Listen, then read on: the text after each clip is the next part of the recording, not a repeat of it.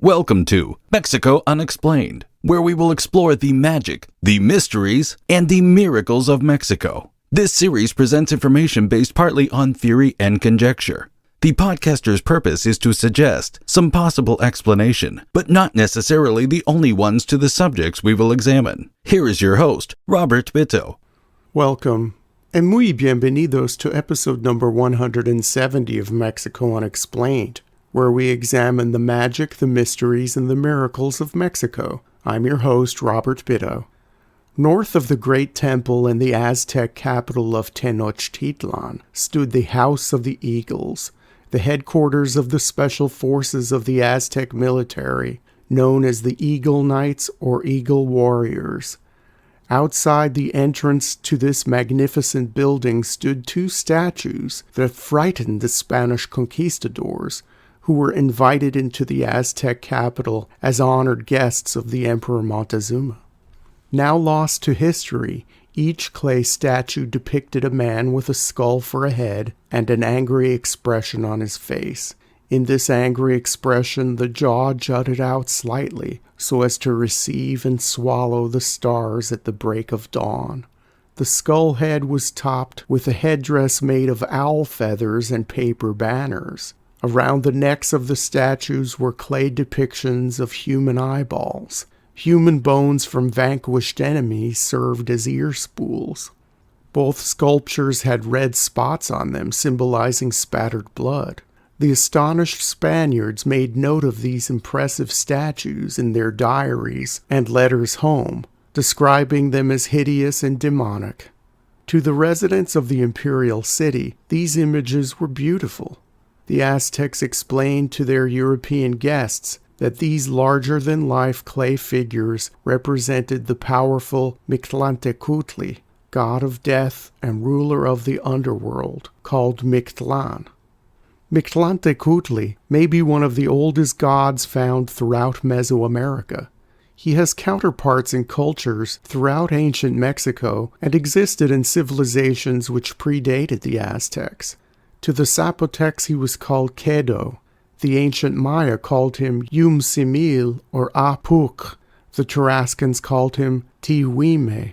Art and iconography of the earlier Olmec culture suggests that they too had a death god similar to Mictlantecuhtli, but they did not have a formal writing system, and hence his name is not known.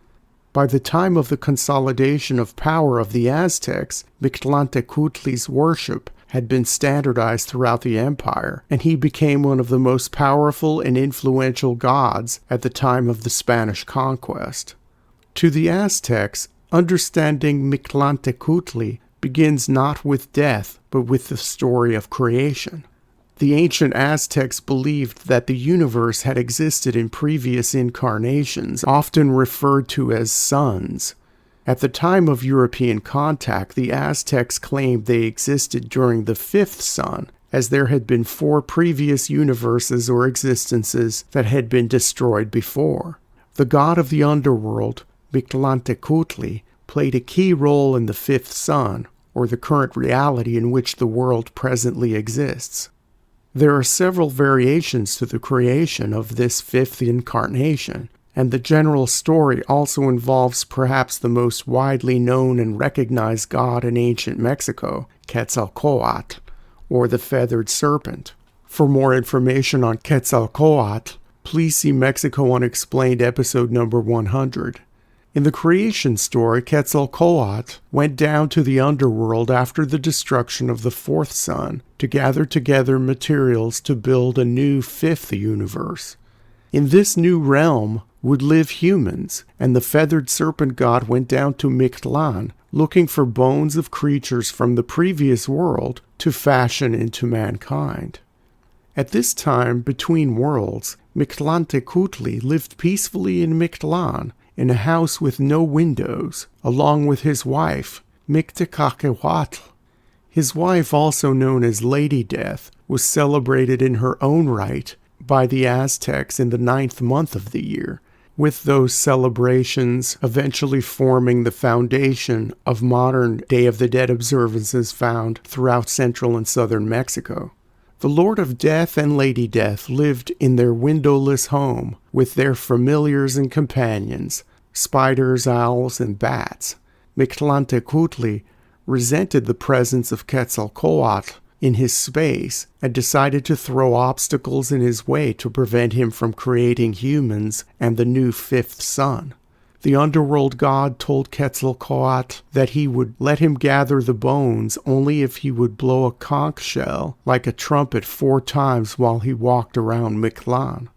Quetzalcoatl agreed, but Mictlantecuhtli tricked him by giving him a shell that would make no sound when blown into. Quetzalcoatl got around this by asking the worms and bees to help him. The worms made holes into the shell to turn it into a musical instrument, and the bees buzzed inside it to give off a loud sound of a trumpet. Mictlantecuhtli conceded and told Quetzalcoatl that he could leave the underworld with the bones he needed to make humans. The feathered serpent was well on his way to leaving Mictlan when Mictlantecuhtli put up another impediment. He dug a great pit near the exit of the underworld so that Quetzalcoatl would fall into it and would not be able to leave. Sure enough, when the great god tried leaving the underworld, he was spooked by a bird and fell into the pit. Mictlantecuhtli delighted in ruining Quetzalcoatl's plans, but the feathered serpent god would not be taken down. He pulled himself out of the pit, gathered together his materials, and left Mictlan to start the fifth sun. Once completely free of Mictlantecuhtli, Quetzalcoatl mixed his own blood with the old bones from the underworld and breathed life into humans for the first time. According to the ancient Aztecs, in this new creation, this fifth sun, Mictlantecuhtli was an important god and took on many tasks and aspects. In the 20-day signs of the Aztec calendar, Mictlantecuhtli was the god of the day sign represented by the dog, or Itzcuintli. As the god of that day, Mictlantecuhtli was responsible for supplying the souls of people born on that day. He was also responsible for supplying the souls of people born on the 6th day of the 14-day Aztec week. In the pantheon of Aztec night gods, Mictlantecuhtli was the 5th of 9 gods. He took his place proudly between Centeotl, the corn god, and Chalchiuhtlicue, the goddess with the skirt made of jade, who presided over the waters and was the patroness of fertility and childbirth. In the 20-week cycle of the Mesoamerican calendar, Mictlantecuhtli shared the 10th week with the sun god Tonatiuh, perhaps to balance out life and death. On the clock, Mictlantecuhtli was associated with the 11th hour of the day. He was also connected with a mythical northern region of the earth that the Aztecs called Mictlampa, a dark, cold place of eternal stillness and rest. While being associated with the northern compass direction and this barren northern region, Mictlantecuhtli is in some cases associated with the southern compass direction as well. As previously mentioned in the creation story, the Aztec god of death is often associated with owls, bats, and spiders, and sometimes symbolic representations of these creatures appear in artwork connected with him. Mictlantecuhtli's most important function was as a death god and ruler of the underworld. The Aztecs believed that different outcomes befell the dead, not dependent on any moral consequence. There was no heaven reserved for the faithful doer of good deeds, and no hell for a person who led a life of wickedness and depravity. It was more important how a person died in determining where that person's soul would end up. To warriors killed in battle or upon the stone of sacrifice, their place in the afterlife was clear. They would be escorted to the sky by the war god Huitzilopochtli to become companion of the eagle, or Cuauhtecuhtli. For more information about Huitzilopochtli, please see Mexico Unexplained episode number 82. These fallen heroes would join the sun in the sky as it rose in the east and reached its zenith. After 4 years spent traveling across the sky, these souls would come back to Earth as hummingbirds, flying from flower to flower for the rest of eternity.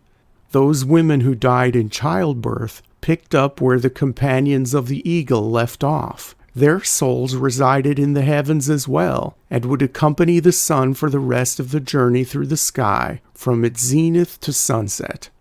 Those who died from drowning in storms or in anything having to do with water were relegated to the rain god Tlaloc after death. For more information about the Aztec god Tlaloc, please see Mexico Unexplained episode number 152. For those killed in the unfortunate aforementioned ways, Tlaloc had a special paradise reserved for them. The place for these souls to live in eternity was called Tlalocan. When the early Spanish chroniclers asked what this place was like, the Aztecs told them that it was much like the tropical lands in the eastern part of their empire. Tlaloc's heaven was a place of unending greenery, beautiful flowers, and warm rain, a gigantic garden of abundance and repose, a place of uninterrupted happiness without labor or want. While some met Huitzilopochtli after death and others met Tlaloc, these were very few people. The majority had to face the supreme god of the Underworld, the bony-faced Mictlantecuhtli, and had to make the journey through the god's kingdom Mictlan. At the time of death, a person's soul left the body and was joined by a small dog companion to guide him or her down into the Underworld. The journey through Mictlan would last a total of 4 years. During that time, the soul would endure many hardships and overcome many obstacles. A soul journeying through the Aztec underworld found itself running away from vicious monsters and constantly subject to icy blasts known as the winds of obsidian. Their last final task in Mictlan would be to cross the 9 rivers. At the other side of the last river, a soul would just disintegrate. After all the trials of the previous 4 years, the exhausted spirit would reach a point of willful surrender. It simply would dissolve into the void, vanishing completely and forever. Some believe that Mictlantecuhtli didn't quite go away after the Spanish destroyed his temples and eradicated the old Aztec religion. A contemporary Mexican folk saint called the Santa Muerte has eerie similarities with the ancient god of death. For more information about the Santa Muerte, please see Mexico Unexplained episode number 9. While not tolerated by the Catholic Church and not recognized by the Vatican as an official saint, the Santa Muerte is worshipped by millions in Mexico today. Traditional Catholics in Mexico see the devotion to the Santa Muerte as a death cult and attribute its rise in popularity to the work of demonic forces. The folk saint resembles closely the Western European or Euro-American image of the Grim Reaper, a hooded skeleton carrying a large sickle. Like Mictlantecuhtli, the bony-faced Santa Muerte is often accompanied by a small owl. Modern Mexicans have turned to the Santa Muerte because, as some have explained, the regular Catholic saints have failed them, and they need something more powerful to help them in dire times. One of the things that followers of the Santa Muerte pray for is what they call a good death, and assistance in reaching the afterlife. This is similar to how the ancient Aztecs looked to Mictlantecuhtli as a guide in the death transition. It is unknown if this has been a transference of beliefs from one god to another that has happened only recently, or if these beliefs never quite died out and are now only bubbling to the surface in a more modern form. Whether related to the modern phenomenon of the Santa Muerte or not, Mictlantecuhtli is one of the most enduring and powerful gods of the Aztecs and has helped shape cultural views of death throughout Mexico, carrying on to the present day. Thank you once again for listening to another episode of Mexico Unexplained. Remember to like and subscribe to us on YouTube and follow us on Twitter. Tell your friends by sharing these shows with others. Please go to our website, MexicoUnexplained.com. for references, illustrations, and for free access to transcripts of past shows. Please visit Amazon.com to purchase the book Mexico Unexplained, to get a hard copy of The Magic, the Mysteries, and the Miracles of Mexico. We appreciate your kind attention once again. Until next time, thank you and gracias. Thank you for listening to another episode of Mexico Unexplained with host Robert Bitto. For show summary, relevant links and commentary, please check out our website at mexicounexplained.com. Like us on Facebook and be a part of the conversation. Adios and hasta la vista.